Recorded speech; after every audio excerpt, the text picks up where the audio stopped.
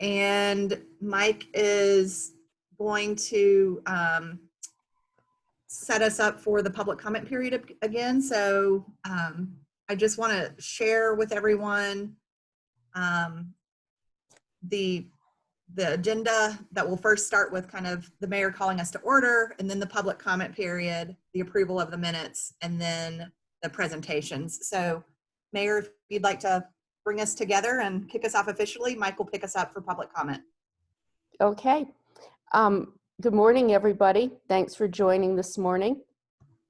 Morning. I only get to see Nancy on these meetings, so it's good to see her. And you know what? How come you look younger and I look older?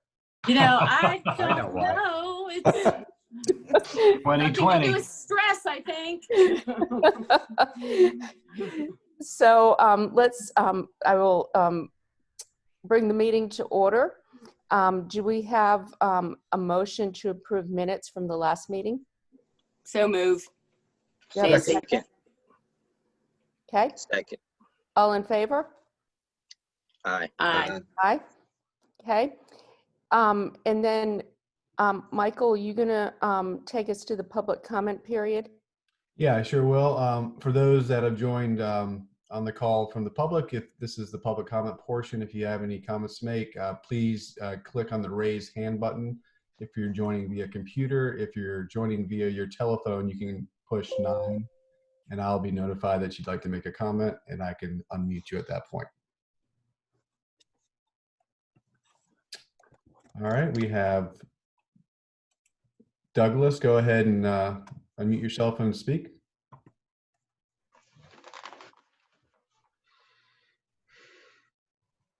I just wanted to say that the 2 meetings of the community committee, which I've observed, have been a terrific start.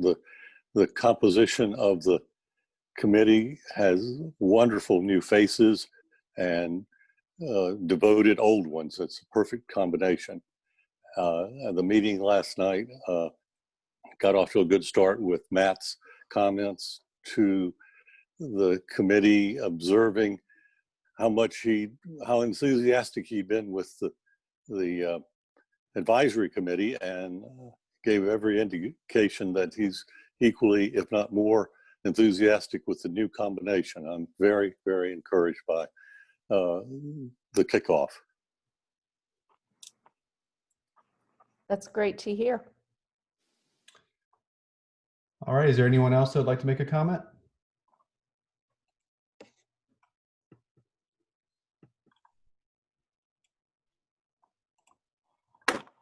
Doesn't appear to be anyone else. Okay, thank you, Michael.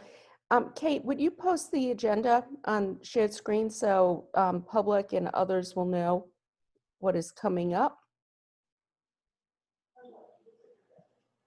Yes, can everyone see can everyone see the agenda screen? Yes. Yeah. Great. Okay, we have a project update from staff on the Plaza and Play kickoff, and then followed by the Lake Wheeler Road follow-up. Great. So thank you everyone for being here. I'm so excited that we are today. This has been a long time coming, and I'd really love to turn it over to Grayson Mon, who is the project manager for the Plaza and Play, and she will do a bit of introduction and kick off with MVBA. Just prior to that, I did want to mention 2 things that are very exciting. One is we received notice this week that we were awarded 1 grant from the Department of Environmental Quality to help kickstart the creek feasibility. So we will be getting, yes, good stuff. It's from the now called the Land Water Conservation Fund, which is formerly known as the Clean Water Management Trust Fund. And we've scored well on the other grants. So we're very hopeful that this will be the first of a couple of announcements for grant awards to support the creek feasibility work. So that's just an update for the group before we get into the Plaza Play work. That's great news, Kate. Congratulations. So with that, I'll turn it over to Grayson Mon with the Parks team, and she'll get us going for our morning. Thanks, Kate. Well, good morning to everyone. Thanks for having me and the time to present on the Plaza and Play. I realized this morning that I tend to think about the progress that we've made around this project around babies, because I was hired to start to work on Dix Park when I was a week before my due date with my oldest, and she is going to be 7 in a couple of weeks. So that's how I seem to mark time. And then the other thing that I was recently thinking about is that we have been working on getting the Plaza and Play going for about 9 months. So it feels like we're about to have another child. So this is very exciting. All that to say, it is really, really great that we are starting the design on something. This project has been a long time coming for many of us. So with great enthusiasm that we are here today. I want to talk real briefly about what is the Plaza and Play. I know you all have had some information on it, but as a reminder, and NVBA will talk about this in their presentation, that this is moving from the master plan.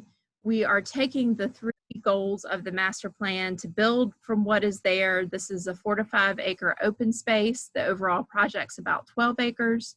It includes the oldest remaining residents on campus. We will be connecting to neighborhoods downtown and the rest of the city, so open up and connect. And then also provide something for everyone. So I look forward to joining the conversation with you all on what we think of as play and how that can be something for all ages. I think everybody at every age likes to play. The last 6 months have really shown us how important open space is. We've seen visitorship at an all-time high. So this is really great to see people using the space and know that how important parks are to our residents. This is being funded, the design and the pre-construction services are being funded by a grant from the Conservancy, so sending thanks to them. MVVA will be leading us through this design process, taking this conceptual idea from the master plan into construction documents. This is an aggressive 22-month schedule. And MVVA is a landscape architecture firm out of Brooklyn. They are known for many things. One is their amazing play spaces in urban parks. When we sent out the request for qualifications, we advertised we were looking for someone well-versed in creating high-quality urban parks. And I look forward to the next, I think we're about 3 months in, so 19 months in designing and setting the framework and getting us to the point where we can begin construction on an amazing urban park with play.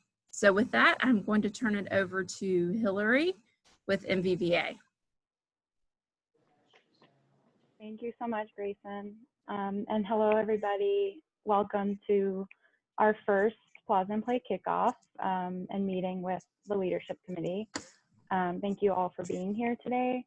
And I think I can speak for the whole MVVA team when I say how truly exciting it is to get to this point, and how meaningful it is to have this opportunity to meet with all of you now and another 3 times over the course of the next almost 2 years. So we're going to be working with you to forge a joint partnership to create the most successful design process we possibly can, while making sure we get this project built on budget and on time. Few quick thanks to Grayson and the city's core project team for organizing this kickoff with us today. I'd also like to take this opportunity to echo a very, very special thank you to the Conservancy for their enormous generosity and success in funding the project. We're all here because of that effort. And last night, we had an excellent kickoff, as you heard, with the Community Committee, where we did an abridged test run of the live polls that we'll be hosting during our first public meeting, which will be virtual. And we heard a lot of great ideas for next steps with the project and also with public engagement specifically. So my name is Hillary Archer. I'm the project manager for the Plaza and Plays project prime consultant, Michael Van Valkenburg Associates, landscape architects. I also had the pleasure to work on the Dix Park master plan, and I'm just genuinely happy and honored to be involved in bringing this first part of it to life for Raleigh. And I totally agree with Grayson that this project feels like my baby. I'm giving it a lot of love and attention most of the waking hours of my days. So I'm happy to be here and meet you all. I'd now like to invite our team members to quickly introduce themselves. Matt, you want? Yeah. Yep. Hi, it's Matt Urbanski, a partner, Michael Van Valkenburg Associates. Adrian. Yeah, it's Adrian Heflick, landscape architect with Michael Van Valkenburg Associates. I was the project manager for MVVA for the master plan, and it's great to continue working today on this project. Fletch. Hi, I'm Fletcher Phillips, also at MVVA, one of the designers on the project, and looking forward to getting to know all of you and starting this process. And then last here for MVVA is Max. Hi, I'm Max Durizio. I also work with MVVA as a designer. I'm excited to work with you all as well. Okay, so today we're going to provide a quick project overview using a selection of slides that we've been preparing for the first public meeting. We'll briefly review our schedule to clarify when and how we're going to make key design decisions. And we're going to discuss the various roles of the project partners who have a stake and responsibility in the project's success. But we've also carved out 2 moments for roundtable discussions, as we're really eager to hear from all of you, and specifically your goals for the project, and how we can make the Plaza and Play as truly excellent and extraordinary as it can be. So to start, I'd like to quickly emphasize that today's meeting is important and why. So we understand that the Leadership Committee exists to offer support for the implementation of the Dorothea Dix Park Master Plan, and will also be a powerful source of design stewardship for the Plaza and Play specifically. As we move closer to the project being implemented and built, we'll look to your leadership and seek your invaluable advice and feedback throughout the process. And this is a very exciting position for us all to be in, and we want to celebrate that. In a moment, Matt's going to discuss why the Plaza and Play is a unique project in particular. It's not a typical or business as usual project in any way, both due to its character and its context. It's a project that I think we all know will require a tailored process for design review, but also construction, and ultimately transforming it into a special, unforgettable place with something for everyone and accessible to everyone. We're going to touch, as I said, on the design schedule to help explain how this process will evolve from planning to construction. It's a swift total of 22 months to 100% construction documents. And then with this group in particular, this is something special. We'd like to explore together the benefits of investing in public parks, especially as we begin to face the public next month. We'd really like to hear from you ideas about what is the best way to position and present this project in the context of a pandemic, of equity, climate change resiliency, and all the other important public work that's happening currently in the city and the Triangle. And the last objective is really, and this is at the heart of today, is to meet you all and get to know each other and to learn from you. So we've got limited time today, and I know we're all eager to hear Kate's updates on the Lake Whaler Road. So I'm going to hand it over to Matt, who will provide a quick 10-minute presentation on our project. Okay, so just briefly, this is a condensed version of the the community committee presentation, which is a condensed version of the public committee, a public presentation. And so we'll just go through this quickly. And if there's any questions, maybe we could bring them up at the end. But go ahead, Hillary. So we have our principles. Grayson's already outed them, but they've been around. Build from what's here. Next. Open up and connect. And offer something for everyone. These are these natural kind of evolution of the master plan. I think excellent principles. Our site is here marked by a big star, if you didn't notice. Next, please. And the site is 12.5 acres right on Lake Wheeler Road. We chose it for many reasons. One is because it's at grade with Lake Wheeler Road, and it's a great place to build a new front door, or one of the many eventually front doors for the park. I think one of about 12 or 13, but it's well positioned, and it's originally the recreation field for the hospital. So kind of a natural fit in a way. Next, please. But it is, that's good. It is only 12 acres. We're going to build a 300-acre park, and that's where we actually will have room for something for everyone.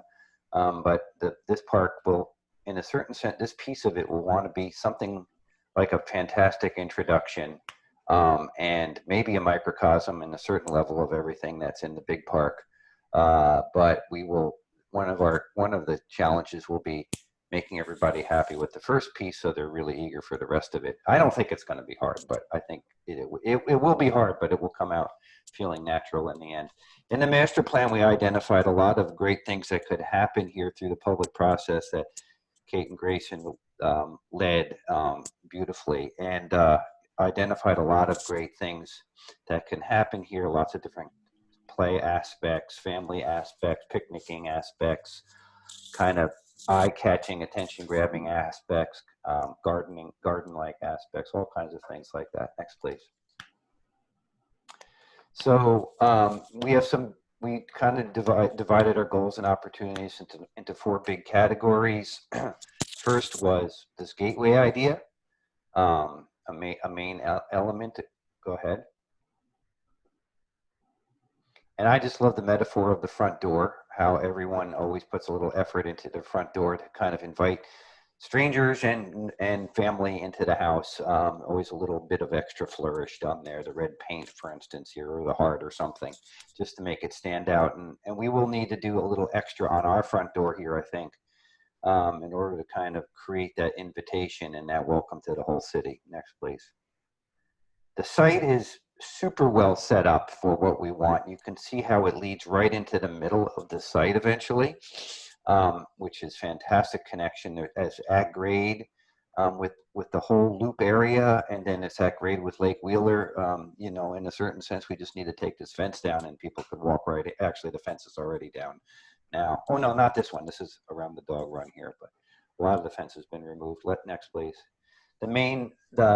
So it is one of the main entrances to the park, and how we create that and create it for different modes of transportation, probably different places for different modes.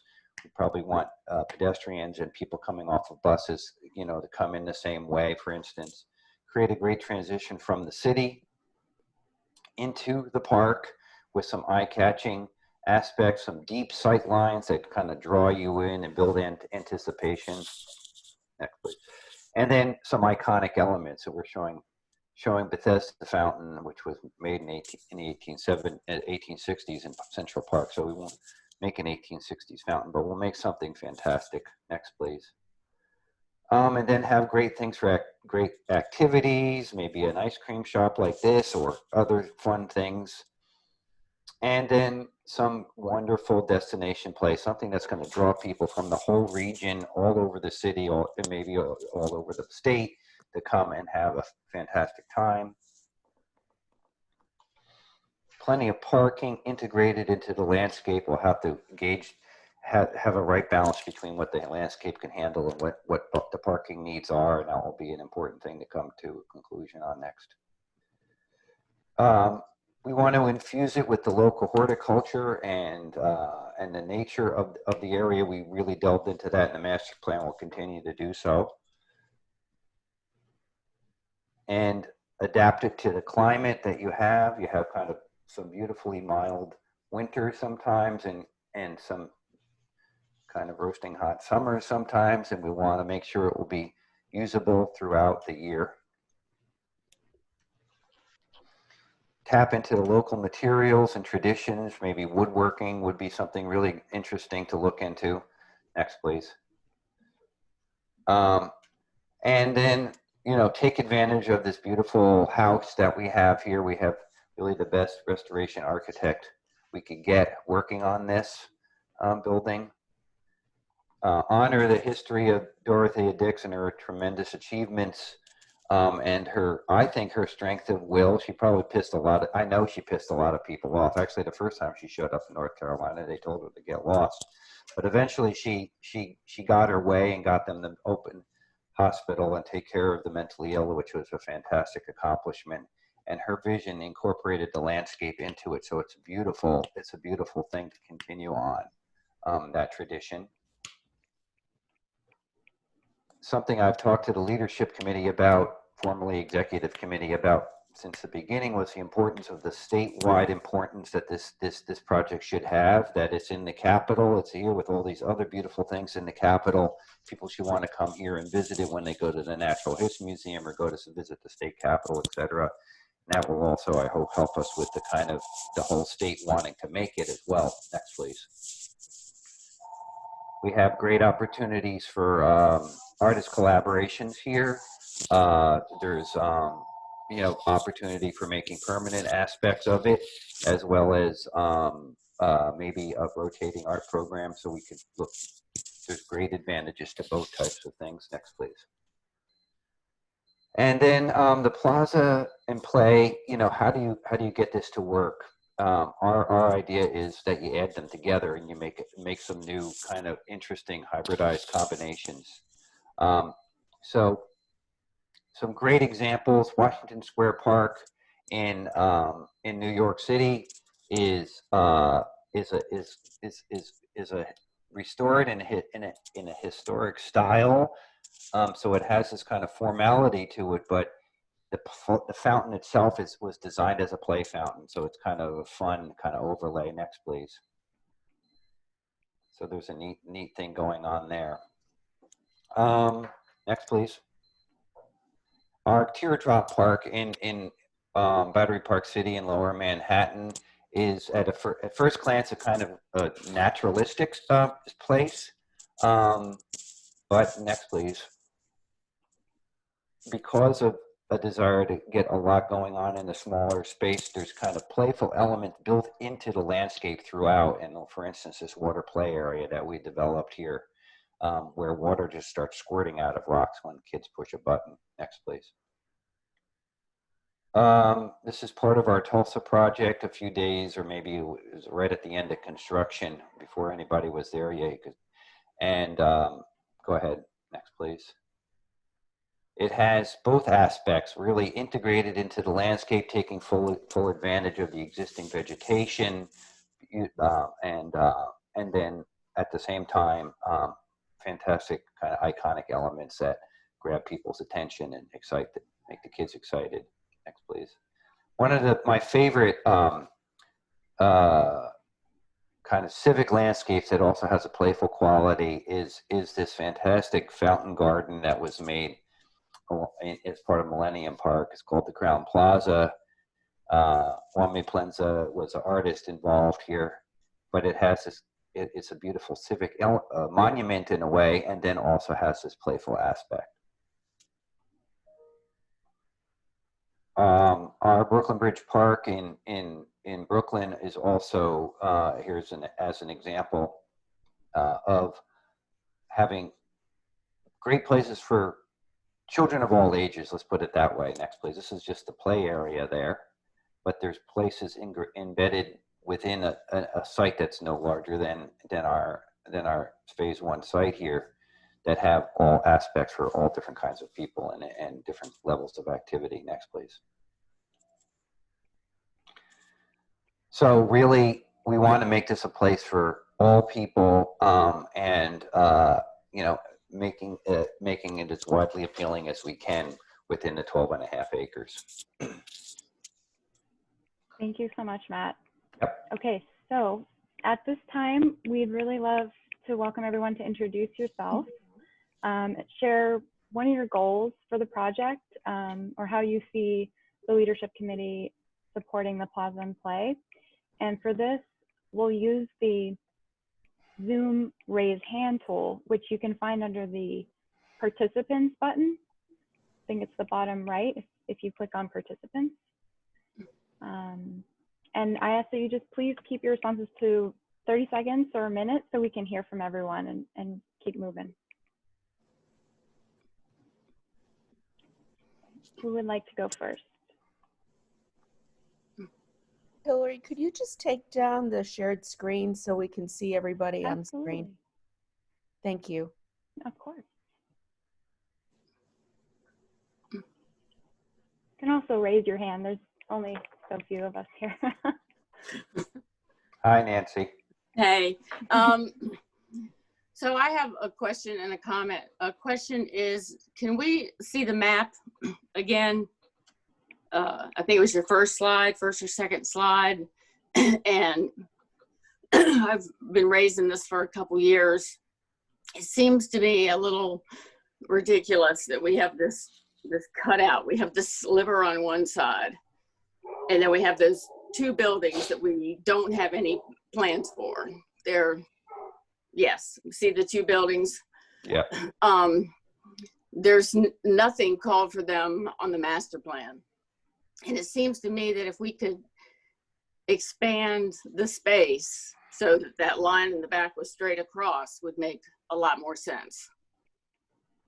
And also the other comment I have is that unfortunately I was unable to go to Tulsa, but everybody that came back from Tulsa was just clearly really excited and came back, so thrilled about the possibility of doing something. Of course, ours is going to be better than Tulsa, right, Matt? Oh, yeah, yeah. Yeah, okay. But this is the project. We just need to go for it. This is going to be the introduction to the park, but it's also going to be the thing that inspires the community for the rest of the park too. So I don't know what we can do about potentially expanding it to include all that space, but I think it's important. Well, at least you didn't start on a small issue. Okay. Yeah. Let's hear. I love to hear from the committee on what they think. This is Corey Branch. Corey, go for it. Definitely, I think it's important. As much connectivity we could have would be great. I think we have to definitely look at the right-of-ways off of Lake Wheeler, as making so we know how far it will encroach onto our property to help that planning. But my main thing is really ensuring that everyone has an opportunity to access it across the community. They feel partnership and ownership from day one. It can't be we'll get to it. We have to make sure that we do. I know it's a lot. It's only 12 miles, but we got to do a lot to reach all 400. I'm just going to say 1.5 million Wake County citizens. No, and then we go out from there across the state. But we need to make sure that those across the county feel ownership of this, even though it is owned and operated by Raleigh. I like your ambition. I figure I come up with the second biggest issue for you. Yeah, I know. It's okay. We don't get into this business if we weren't going to try to make a lot of people happy, right? But Carlton, what do you think about those extra buildings that Nancy brought up? I think we were all blown away by Tulsa. You came back, and I think we have 300 acres And we might do a grotto, and we might do a creek, and we might do an amphitheater, and we might do a museum, and we might do a whole bunch of stuff. But I think at the end of the project, if we're successful, that the most compelling, most photogenic, biggest economic development component, most equitable, most widely attended aspect of the whole park is going to be the gateway play area. And I'm emphasizing play and not plaza. That is truly for everybody. It's a time of being equitable. And I wonder about the size. I don't have landscape architect credentials, but we have 300 acres. And the buildings and any other land that could be added, even if it's just a phase 2. But if we start getting 1 million people there, there's no reason for us to skimp on acreage when we have 300. So I think the buildings ought to be included. And if there's another way to plant another 2 or 3 acres in reserve, whether you need it now or not, that's our money shot. It's the most important thing we're ever going to do. And we're lucky that it's our first thing. So we're going to come out with our best foot forward, and let's don't come back 5 years or 10 years later and say we did such a good job that we've been loved to death. We have land. Nothing's going to attract more attention than that. In our promotion for community engagement and in our planning process, let's recognize that this is the big one. I'll just note that, you know, as we think about these things, there are obviously impacts to scope and schedule and those that we'll have to consider. So so we'll just need to be mindful that if we are expanding the project site area, there's some impacts to consider, especially on the scope and cost side of things. Well, one of the things we could do that you already paid for is plan on it. Okay, so one of the things we can do is we can carefully, I mean, one of the things that I've been talking to the whole design team about is we have to really design on a very conceptual level a much larger area than this to really make sure we know where the loop is going to go and our connections to the Grove and its relationship to these buildings as we've been talking about. One of the conversations Kate and I had months ago, or maybe it was a year ago, was around this. And one thought was, would it be good to think about where, if this got really big and it wanted to get bigger, where would it go?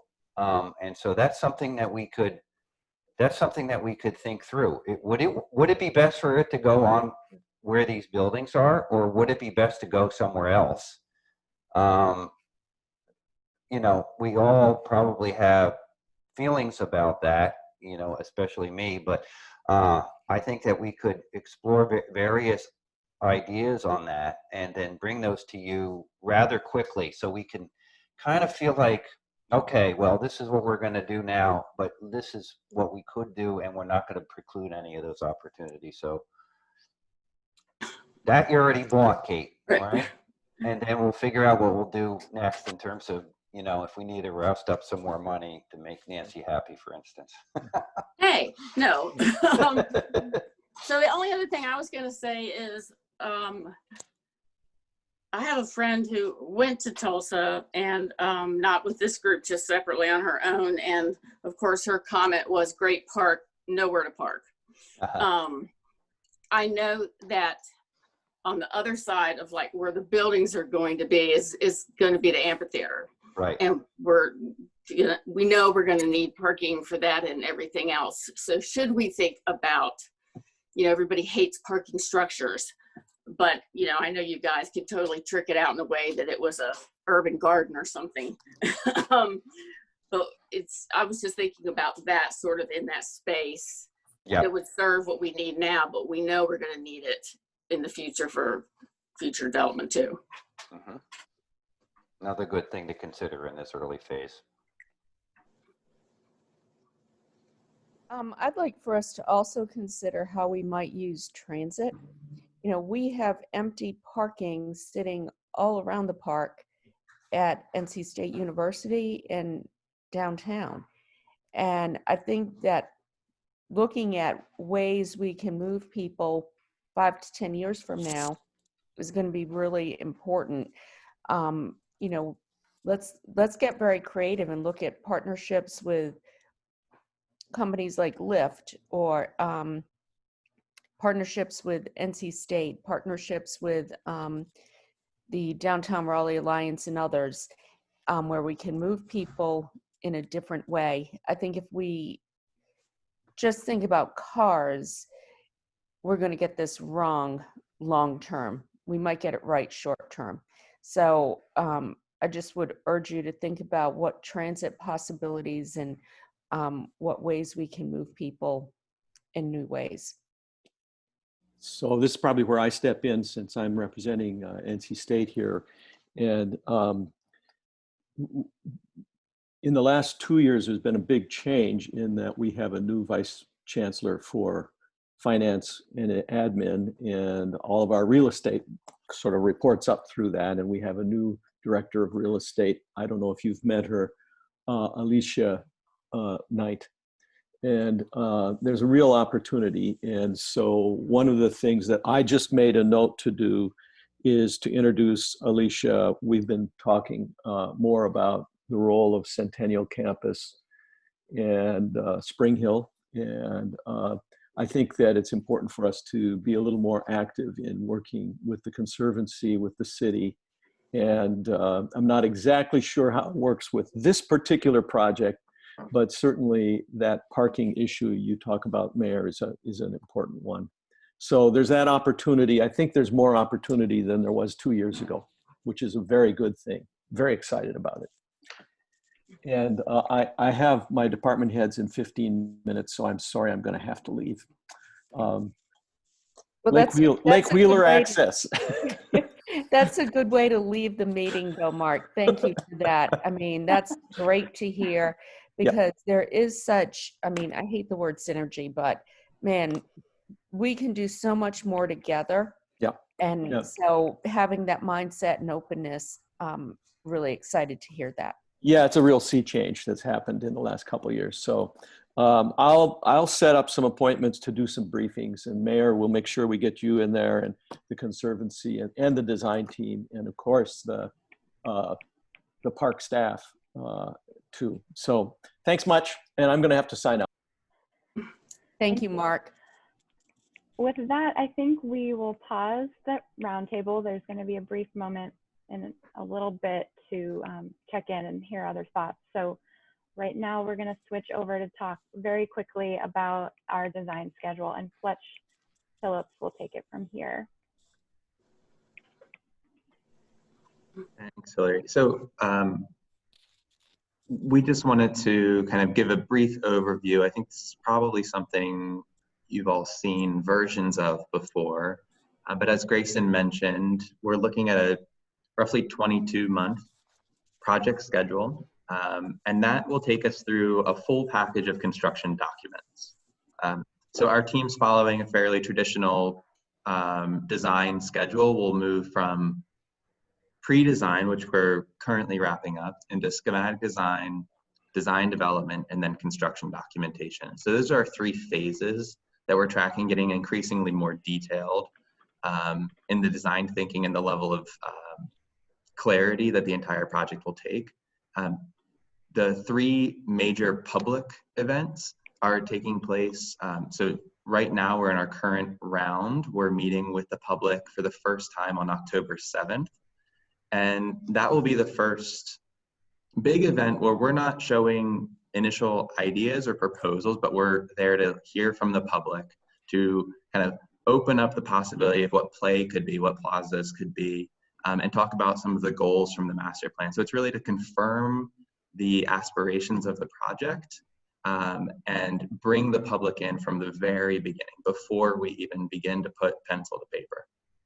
And then we'll move through schematic design. We have a series of cost checkpoints built into this schedule. So very importantly, at the 50% and 100% stage of every phase, we're going to do a full cost estimate and have a cost review and reconciliation process with the city's team and the construction management team. So we will never go to the public with a design proposal that we haven't looked at not only the design aspect, but also the cost implications with the city first. So we never take something that we can't afford to the city, and that we can always kind of live up to the promises that we start to put out there. So the next major public meeting will be after 50% schematic design is finished and costed and validated with the city team. And then in January, we'll go out and we'll present. That'll be the first time that we're presenting the concept design, the kind of fully fleshed out idea. As long as we're not still remote, I could imagine that's where we have a large model of the playground and the whole space for the first time. And that's where we'll start to really get feedback on what's working, what's not, what's missing. And then that all starts to get built in and picked up prior to finishing schematic design. And then the last time we'll go out to the public in kind of that major event way would be in roughly April of 2021. And that's the point where all of the feedback will have been incorporated from the various surveys, from the various public events, and they'll be seeing the kind of final shape of the project with that feedback incorporated. And there'll be other kind of smaller ways of participating and communicating with the public as we go on. But at that point, the design is largely finalized, and we're really working through the details, the materiality, and the resolution at a much higher level of detail. So then design development is roughly 7 months, taking us to October of 2021. And then construction documentation would take us through the spring of 2022.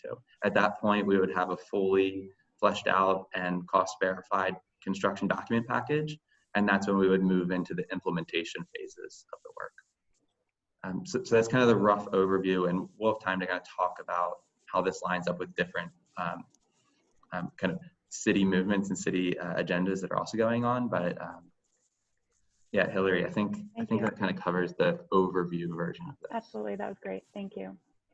We're going to move now into an overview of our project partner web of different advisory and core team groups, entities. And to take us through this, I'm going to invite Adrienne Heflick to take it away. Thank you. Yeah, thanks, Hillary.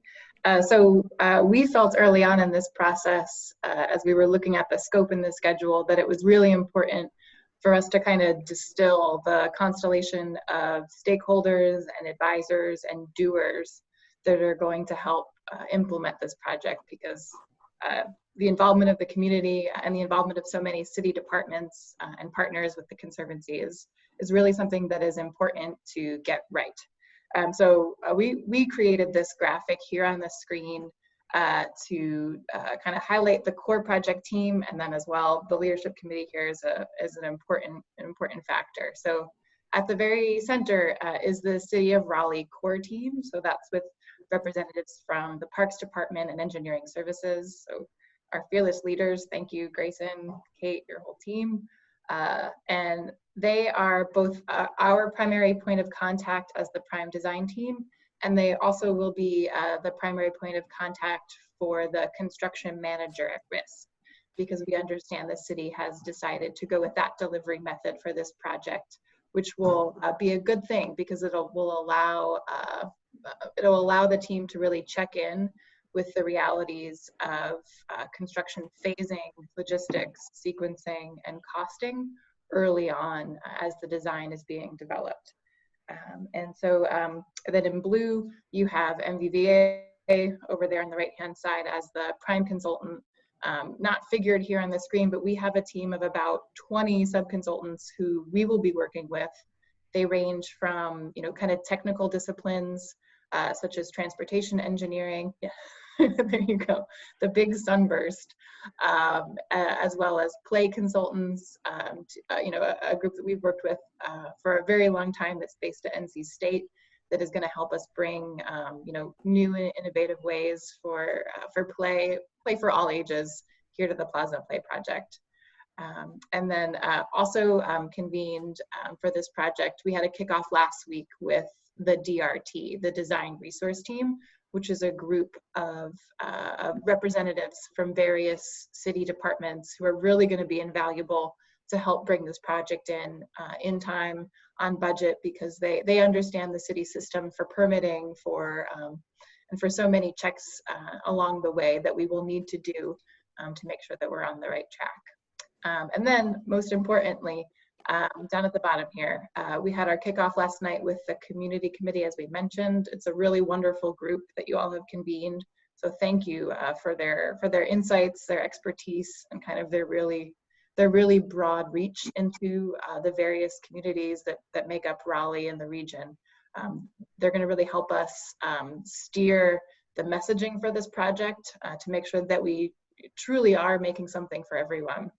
And then y'all here on the bottom, the leadership committee, your advisory role here, and again, as well, steering the project will be invaluable. And then finally, the public. We have a really ambitious goal with our 3 primary public meetings. Hillary, the city team have been doing an amazing job with a variety of digital outreach tools since we are pretty remote. And so far, I'm quite optimistic based on how I'm seeing those roll out, that the granularity, the specificity of that data, and also the broad reach that we're able to get because we are engaging folks through email, through websites, through surveys, is really can help things out. So that's all I have to offer on this slide. Thank you so much. Yeah, thanks, Hillary. It was a great quick overview. Okay, so again, we'd like to turn it over to the committee and hear if there are any lingering questions or other goals or issues or points that folks would like to bring up. Now is the time. Hillary, this is Carlton. I don't particularly have a question. I love the presentation. Thank you so much. I've spoken my piece about the importance of the play area. Yeah. I think as a data point, it's useful for us to realize that if we're successful with community and political support and bond funding, and we survive 2020 and we build this park, the time that it takes to build this park, the population of Raleigh will probably double. And I think sometimes that's overlooked by people who live here. They say, well, boy, Raleigh sure has grown. Raleigh hadn't seen anything yet. The whole work from home phenomenon is going to put tremendous pressure on our community in terms of inbound populations. So the planners, and we always say, well, we're planning for the future, we're planning for the future. But in this lifetime of our work here on this park, the community is going to be twice as big with twice the resources and twice the needs. And that's not directed at any particular aspect to this, but it's something that we need to be aware of and should embolden us to do more than we think we might, because by the time we finish it, it's not probably going to be as big as we wish we'd done it. Mm-hmm. Carlton, I think that's just a profoundly important point. And it's not really our job to educate the whole world about that, but it certainly could be something that we could try to talk a bit more about and make part of our messaging. So first of all, I know a lot of I don't know where you're getting your feeling. I know a lot of it's intuitive, but if there's kind of ideas or kind of sources of information that we could reference that you think might help us make that, get that thought out, I think that would be helpful. I agree with you, both of your points that, this is the opportunity to make this specific element. There's a desire to kind of make the whole park in this one little spot, but really we have a whole 300 acres to make the whole park. So it's really an important thing that we should kind of ponder deeply as we move through this kind of early phase of this. Can I piggyback on that a little bit? My name's Brad. I'm the Parks Board representative. I think there's a lot of pressure being put on this project to be sort of this significant element, and it should be something that tells us the story about where the park's going. But a lot of what you're speaking to in terms of this being sort of the sort of locus that'll attract lots of people. I mean, there's 2 4-lane roads on both sides of the park on the other sides. And if we're interested in accessing, we should probably be talking about how those complement this entrance as well long term. Obviously, they're not in this phase. They're longer term, maybe 20, 30, 40 years from now. But those are things that will have access to the park, and there will be opportunities there too. So there's a lot of pressure sort of being put on this single project. The other element there is as you're going through this design process and you're beginning to engage the public, there should be some mention of where this dog park is going, that there has been accommodation for it. I know that Kate's been working on that. There's other elements for that, but it has become a community asset that is always busy. I mean, we walk the park 2 or 3 times a week. It is always busy and full of people, and it's going to feel like a loss unless we sort of say, oh, don't worry about it. There's a new space for it. It's going to be just as big and just as livable. The final element is a lot of the imagery you're using shows these plazas and shows these play areas surrounded by 20 and 30-story buildings. But this site is next to a bunch of under 1,000 square foot mill houses.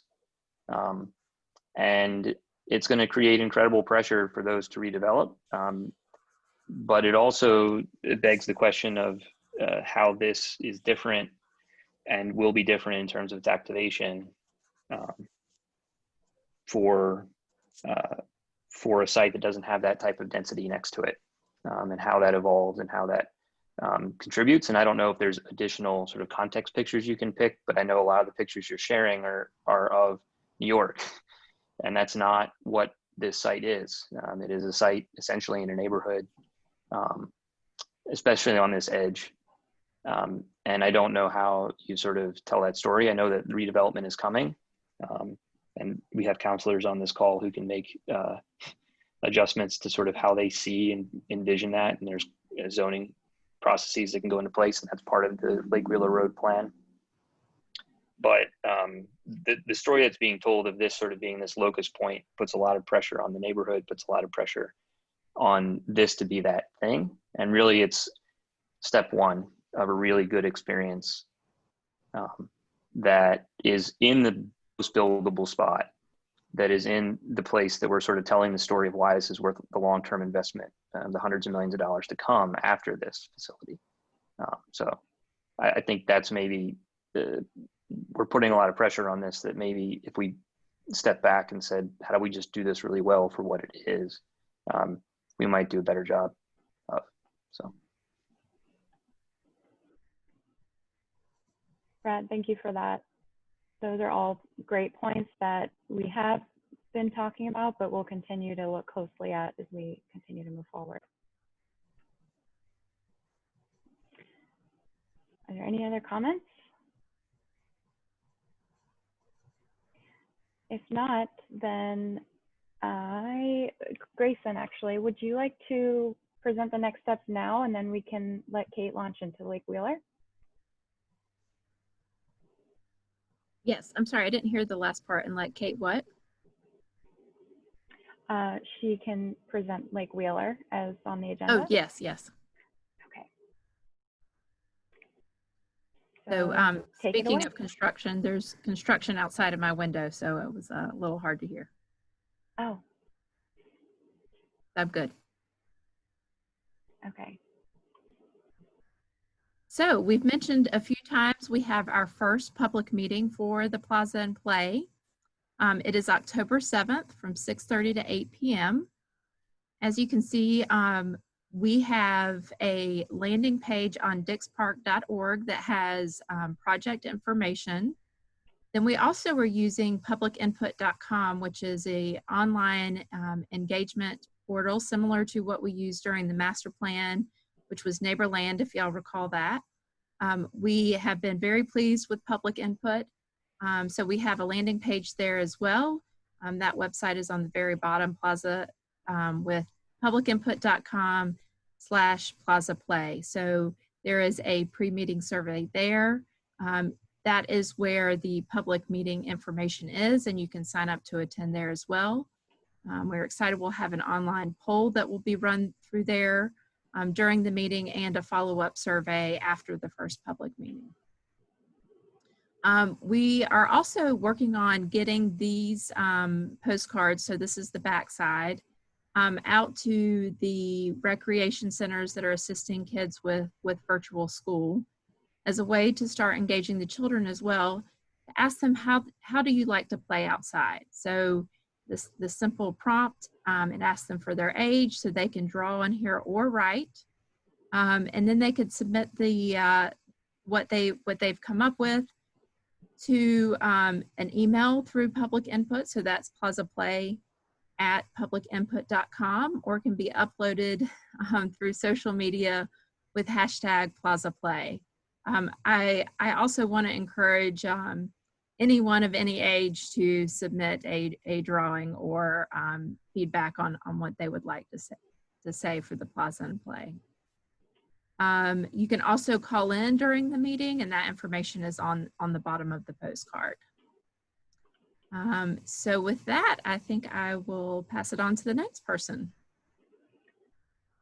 Well, that concludes our kickoff, and I'd like to thank you all, and looking forward to Kate's presentation on Lake Wheeler Road. Great, thanks, Hillary. I'm really happy that we're at this point and having these conversations. I think there are some things here that y'all have highlighted today that we're going to have to continue to talk about as a committee, because these are really fundamental to the design of the Plaza Play project moving forward. So this is a very exciting moment for us, but also brings up a lot of questions that we're going to need to continue to discuss as this moves. I'd like to introduce Michael Moore. Michael is the Director of Transportation for the City of Raleigh, and Transportation and Parks have been coordinating for quite some time in a discussion around Lake Wheeler Road, and we've in follow-up to some of the questions from the last meeting, and we have put together some thoughts and ideas, and I think specific to some of the things you brought up, Mayor Baldwin, we brought some of that information to this group for discussion. So Michael, I will start sharing my screen, but hand it over to you to facilitate the discussion. Very good. And Kate, I believe Mayor Baldwin had a question before we start. So. Okay. It really is a follow-up to what Brad brought up. I wanted to know, and this kind of falls into the whole Lake Wheeler thing, we are conducting this EDGE study, planning department. What kind of coordination is taking place between the designers and planning in that regard? Grayson, do you want to jump in here and share some information on what we've been doing with planning? Sure. So we've been meeting with the EDGE study for several months now. We meet with them every 2 weeks, providing project updates. We've had a lot of discussion on how we, one, notify the public of what these two projects are. So there is some confusion about what the EDGE study is and what the Plaza and Play project is. So letting people know how the two projects are and how they're working together. We've also been having lots of conversations around how we complement each other in our outreach and then also work together. And then a lot of what we'll see here coming up as well in this transportation work is how did the two scopes of these two projects are working together, again, to complement and make the most out of the work that we have. Thank you. Too here is, you know, the origin of the EDGE study really came as a result of, we kept getting all of these questions around what's the park's impact on the Fuller Heights Carolee neighborhood? What's going to be BRT's impact on the Fuller Heights Carolee neighborhood? That neighborhood is experiencing a lot of pressure from so many different sides. And so that EDGE study was a response so that the city could be proactive in looking at that neighborhood specifically, and that we as the Dix Park group could focus on the park development side. So we're staying extremely coordinated, but that scope of work is so important because of the impacts to the Fuller Heights Carolee neighborhood. And I believe, Grayson, they're planning to kick off in October as well. Is that correct? Yes. So we're going to be kind of lock in step with the planning group, because we already, even from the community committee meeting last night, we're seeing the same questions come up. And so it's really great that that study is happening, because alternatively we would have been like, well, you know, this is a park development effort, that's a planning effort, and now that we're coordinated on these, I think it'll serve both projects really well. Kate, if you don't mind, I'll just add to that. I think it is also very opportune that we're having this discussion while the EDGE study is going on and while we're talking about kicking off the Plaza Play, because, you know, it's all too easy for a Lake Wheeler Road to be another Western Boulevard that divides neighborhoods. But this is an opportunity to make sure that we've got a street that is part of both the Dix Park neighborhood and the Fuller Heights Carol Lee neighborhood. So it's great that we're having the conversation now at the beginning rather than at the end and after, and having to come back and retrofit. So will you be driving, Kate? I will, if that's okay with you. You can just tell me to advance. That's perfect. So thank you. Again, my name is Michael Moore. I'm the Director of Transportation for the City of Raleigh here. I've been with the city for about 2.5 years. I'm a native of the state, had moved away for a while, and had come back, fortunately, to come back to the city I love here. So it's good to be before you today, and I appreciate the opportunity to just talk through some of the issues here with Lake Wheeler Road and to hopefully answer some questions. So I think, again, we recognize that Lake Wheeler is going to be one of those welcoming points to the park. Can we go to the next slide, please? Sorry. I'm not that fast. So. Yep, sorry. And we also recognize so that that folks are going to access the park through a lot of different ways. Right now, it's very dependent on personal vehicles. We do see a lot of bike activity there. There is transit that we'll get into a little bit later, but for that kind of daily use, that's how we're seeing folks get there. Same thing for small events when we're doing those things that are less than 7,500. Large events, though, I think we've seen great success with a number of kind of alternative approaches. And the mayor mentioned things like Lyft and rideshare, how we can do partnerships with that. You know, so when we had done Dreamville, I thought we'd had a very successful event where we were able to get 50,000 plus, 30,000 plus there without parking on site. So I think the answer here lies in a sort of a lot of different areas. So next slide. So this is what was included in the Dix Master Plan. So this shows you a typical cross section of basically a two-lane divided road. So that would be 2 travel lanes and then a median. This particular cross section is a little misleading because it shows you the areas where we have pull-out bus stops. So that would be that transit location there near the entry to the park, that we can get access there into the Fuller Heights neighborhood. I think it's also important here to look at these 2 lines. One shows you a green line on the park edge, that's the Dix Park property edge, and then that private property edge over in Fuller Heights. And you can see in this scenario, we've talked about holding that Fuller Heights edge and working toward the park. So that question about what is the dimension of the roadway and how does that work, I think is very important for kind of our ongoing planning. Next slide, please. So from our street design manual, this was a more sort of typical view of what a 2-lane divided would be. So if you were to look at that cross section that's on the right, you can see that median, trees in that location, planting edge, and then another area there for sidewalks and such. Part of the Dix Park edge study is going to look at sort of what is that real edge in terms of the pedestrian and bike facilities that are there. So that would sort of be a custom streetscape piece to that we'll touch on a little bit later when we get to that end. The 2-lane divided, so where you see that median, that is also the opportunity for us to get turn lanes in. So I know one of the questions that came up was just sort of carrying capacity of the roadway. We'll get to that in a little bit, but that also gives us the opportunity to park turn lanes in there to get people in to make those lefts into the park.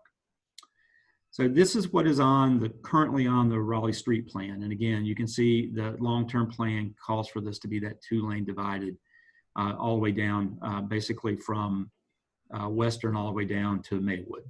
And you can know we pick up a few lanes there as we're trying to access Centennial Parkway and Farmers Market. So next slide, please. So again, right now, Lake Wheeler is carrying about 7,300 vehicles per day. It is not, that's the current daily volume. That's not the whole carrying capacity of the roadway. So giving us that turn lane in there for that where the median would be, gives us an opportunity to increase that capacity by about 50%. So in terms of those big events and those things like that, the carrying capacity is going to be, it would be increased up to about 18,000 cars a day if we were to need that. Again, the important thing here is just to remember, we want to make sure that we've got a road that is going to work for that street and that neighborhood 99% of the time. There are going to be those big events where there may be some congestion. And from a transportation point of view, that's okay. It's kind of like you don't want to design your church parking lot for Easter Sunday and Christmas Eve. You know, if it's going to be a little tight on those days, that's great, but you don't want to build so much more capacity than you're ever going to need. So getting this road right and getting it right sized, getting that street right sized, I think is particularly important. So next slide. So I just wanted to also share this in terms of just, we've talked about a million visitors a year. So here are the top public destinations in the state back in 2017, the most recent data we've got. Just to point to a couple here, the state park and Fort Fisher recreation area, those are also served by 2-lane roads. So they, again, are doing 900,000 visitors a year, and they're able to do that on a 2-lane road. The Natural Sciences Museum, again, is a very different kind of animal in that we're taking tons of school groups, or were pre-COVID taking tons of school groups into there. Similarly with the zoo and Discovery Place, bringing lots of folks in buses.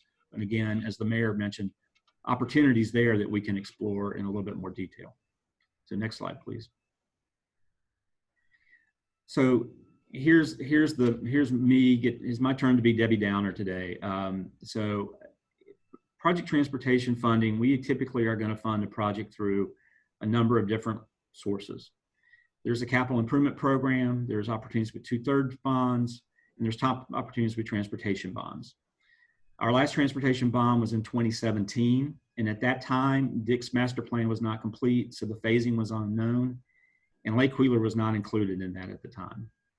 There are other outside sources that are available through public-private partnerships and through grants. Just looking at our typical grant resources, Lake Wheeler is probably not going to score very well. So we're going to have to be particularly creative about how we are able to advance Lake Wheeler kind of in a similar time frame to bring things forward. There is no money funded right now for design, for right-of-way, for utility relocations, or construction. So I just want to be perfectly clear that we're at sort of day zero in that regard for some of this work.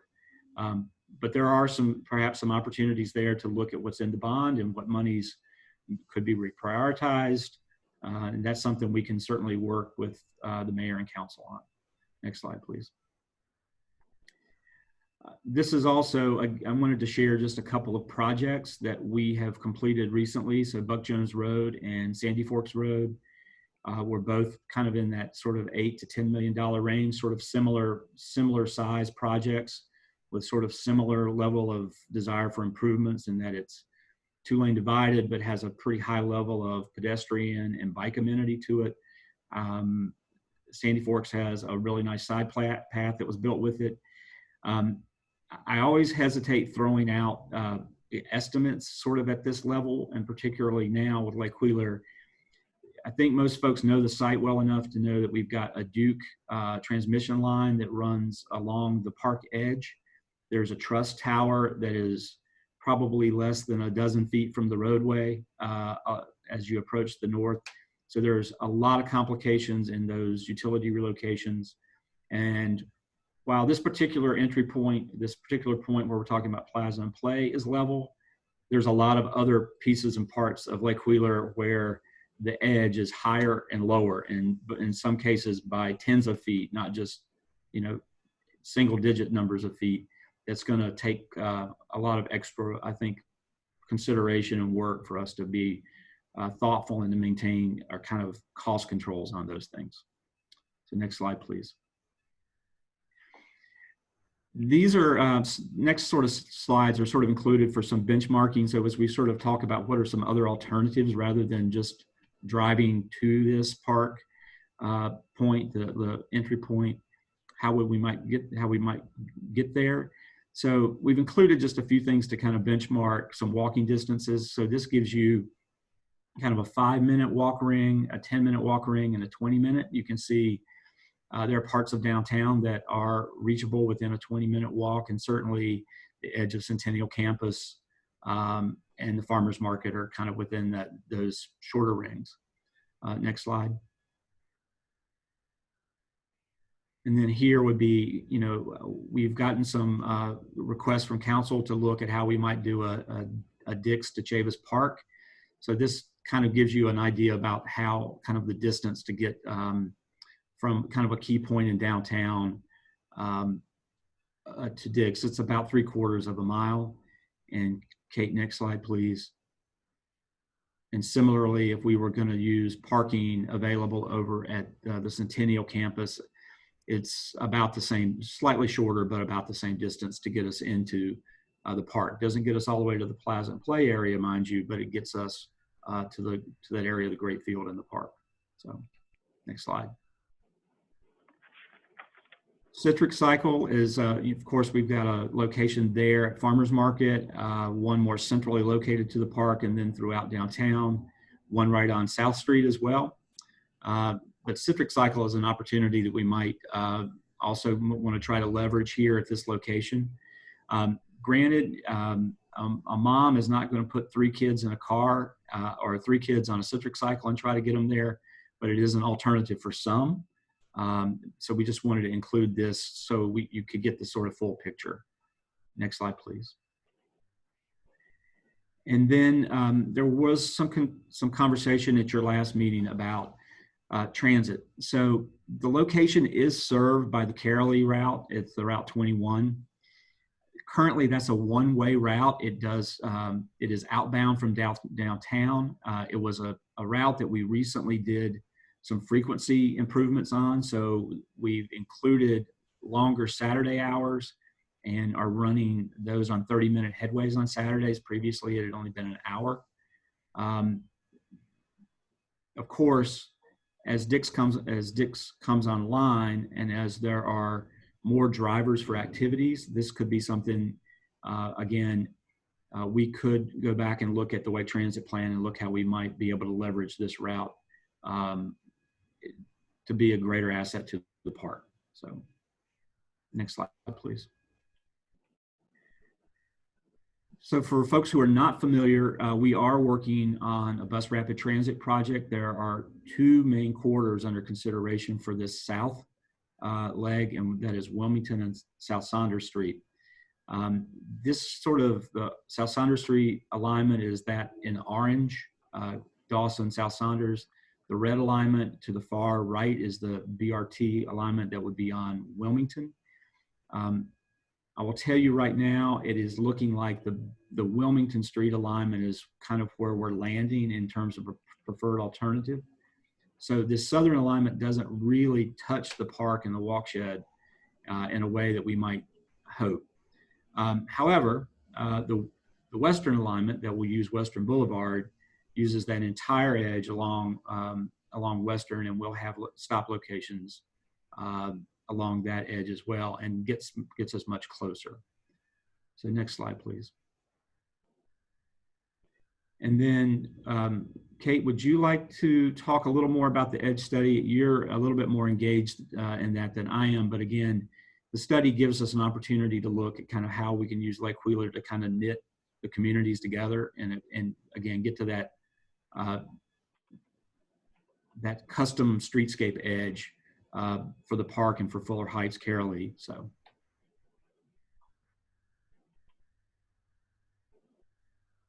Kate, I think you're muted.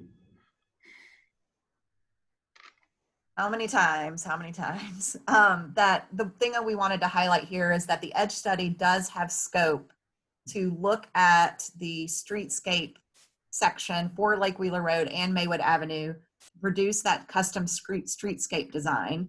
So that's another opportunity for us to collaborate to make sure that pedestrian and cyclist improvements along Lake Wheeler Road are both benefiting the community and the park goers. So that the fact that that's happening in parallel to this project, I think is a good thing. So there's a lot more scope that they're working on, but this is the scope most relevant to the transportation discussion. And Michael, I think that's it for these slides, but I'm sure there's probably some questions that you'd love to answer or from the group. I'd be very happy to. Yeah. Nancy? Muted. Oh, Mayor McFarland, you're still muted. There you go. Michael, Something we didn't know we'd be saying, you know? Yeah. If everyone had to pay $1 for every time you said you're still muted, right? Probably find all of this. The first map that you showed of the road, and you showed the Dix property line and the Fuller Heights property line, was that the property line or was that the easement line? That is the edge of right of way. Edge of right of way. And then the other comment I had, so is Western Boulevard next for BRT, or have you changed that to go to Wilmington? Both are Western is part of the Western alignment. It's one of 4, and then Wilmington is the Southern alignment. It's one of the other 4. We're running those kind of in parallel, but okay. But right now, Western is a little less complicated. Just in all candor, it's a little. It has its complications, but it's a little less complicated than the Southern alignment, and is likely to proceed more quickly. So to Brad's comment about how many people would be using that, not only for transit, but also, could we think about using all that parking we have on the soccer field and maybe using some sort of a people mover inside to get people? But that's a question probably for Tansy, because that gets into our domain and where we can be and not be and all that stuff. But it was just a thought.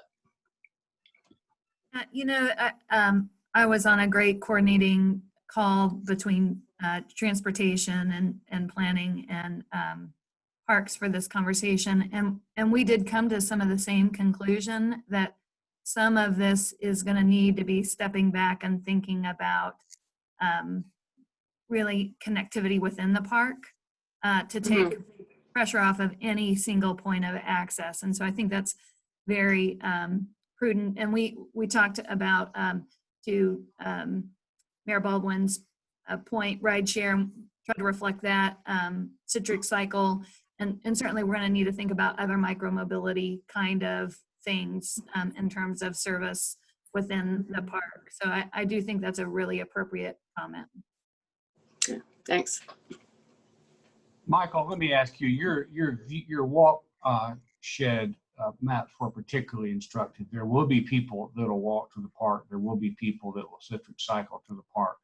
But it looks like that the distances imply that, pick your number, 70, 80, 90% of the average visitors to the park will arrive by some type of motorized conveyance.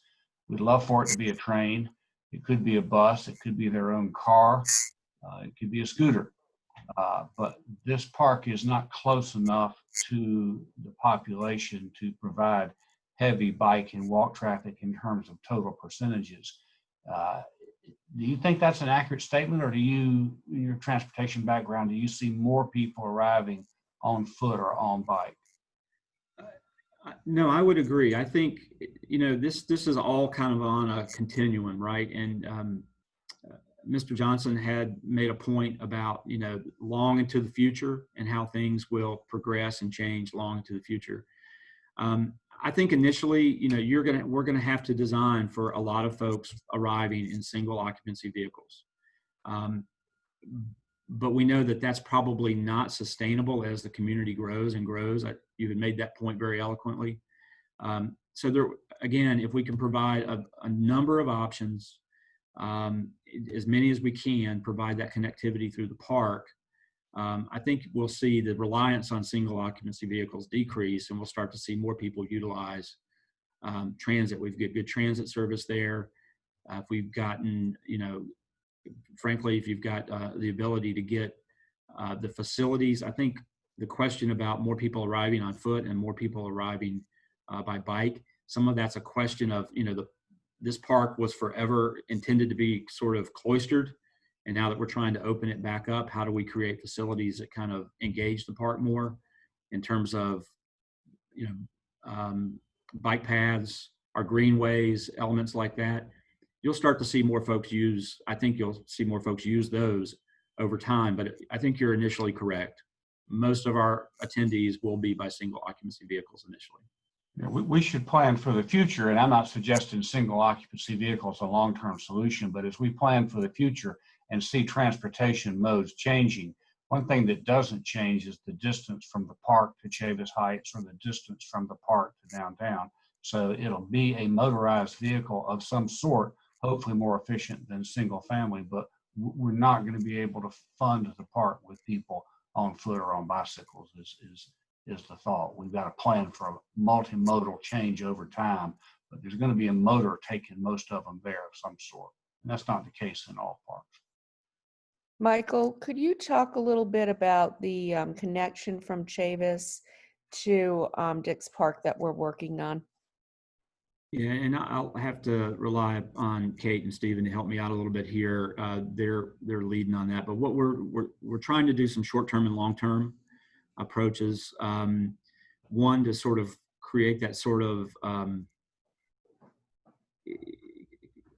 a pedestrian bike connection that in the short term would be, again, more, I won't say probably underplaying it to say it's more of a marketing, but something to demonstrate the connection between the two parks while we develop a plan to do a more kind of a more intensive and complete connection that may look more like kind of an urban greenway connection. So just in terms of project schedule, transportation and parks will be getting together this Friday to kind of kick off that project work. Council kind of reallocated or approved the reallocation of funding to support those short-term kind of tactical urbanism projects.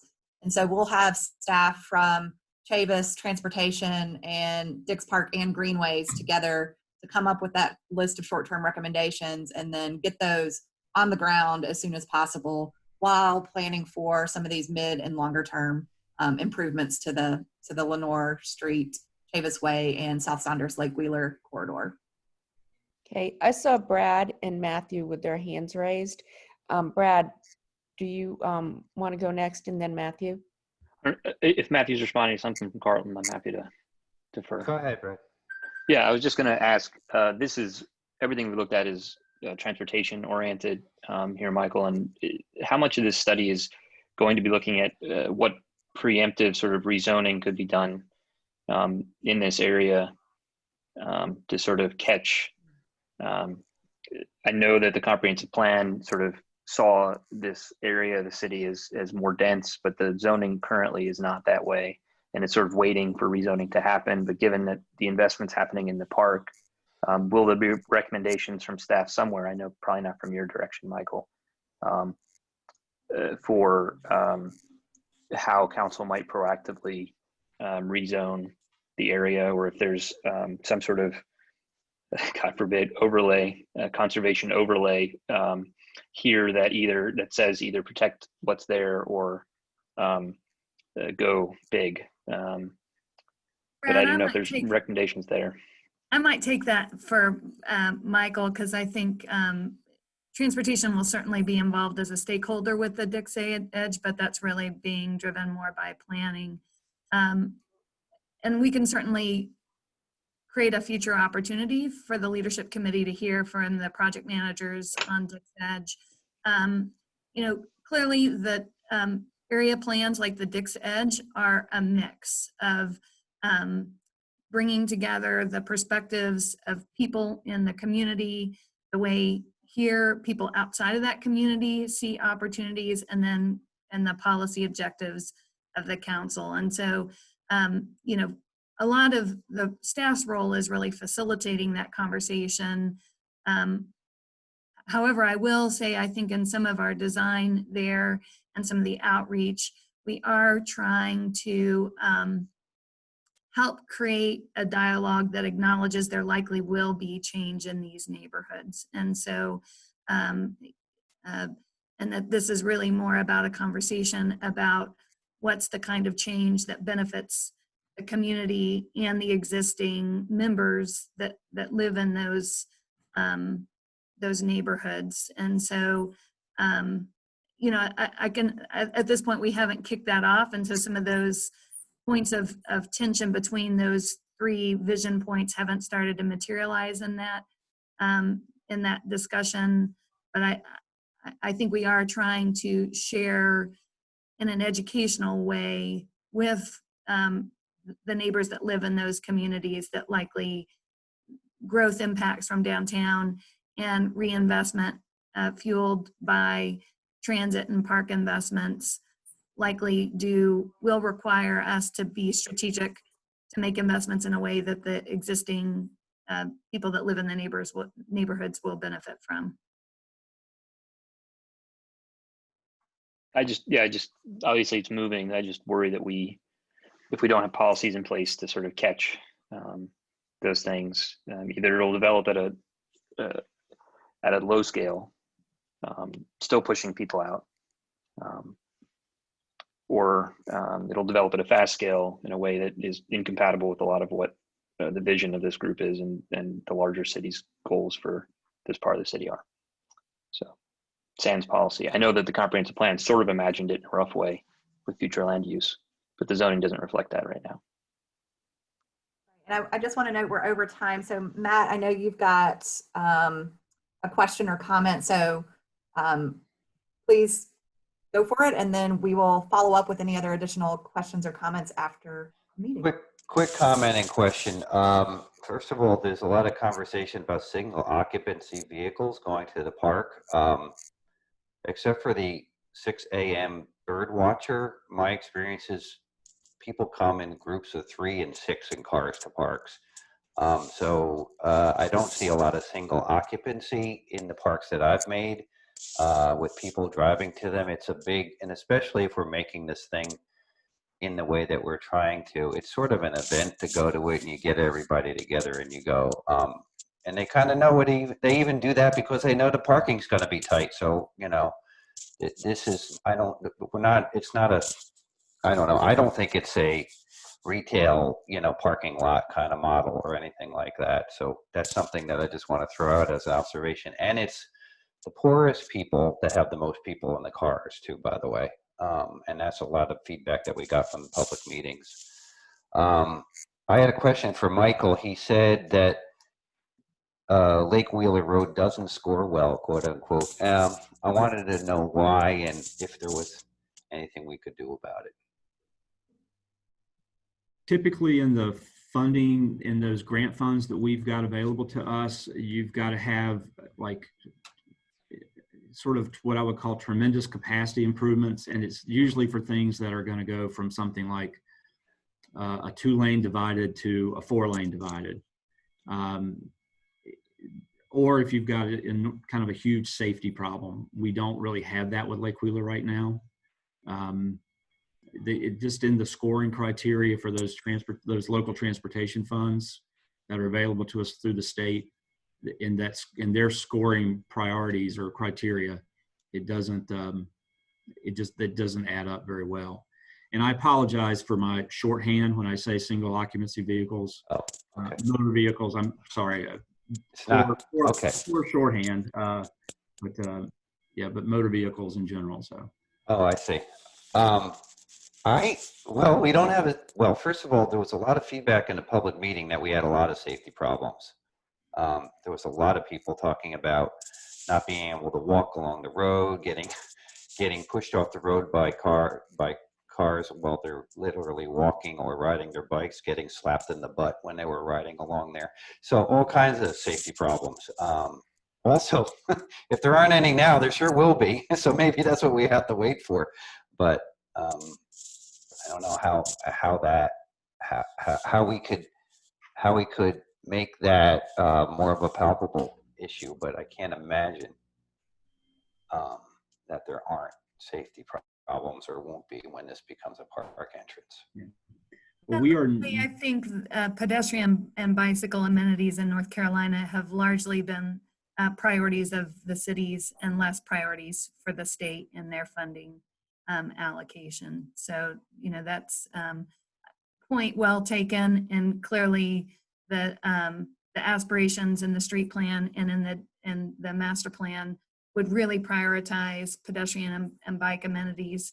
We just don't have a lot of pass-through federal and state funding opportunities in that regard. So we're kind of over time. I know this conversation will continue, but Mayor Baldwin, do you want to wrap us up? And we will reconvene in October with a new agenda, but I'm so happy that we got to this point, kicking off the Plaza Play, revisiting this conversation, because this is, you know, just think about everything that's happened this year. We're kicking off a park design project. We're finishing up a chapel renovation. We were just awarded some grant money to get the creek going. This is all good news for the park as we move forward. And I think we should all be very excited that we're here today and able to celebrate some stuff that's going to really bring a great benefit to the community. So I'm happy about it, and I'm thankful that this group is back together so that we can lead this project forward. So Mayor Baldwin, any closing remarks or to set us on our way? I just want to say that this is really exciting. I want to thank the Conservancy. I also would urge follow-up with NC State. That could be a major change in how we approach some of these challenges. And with that, I am going to adjourn the meeting. And Kate, I'm sure we'll be talking about the upcoming agenda. So thank you, everyone. Thank y'all.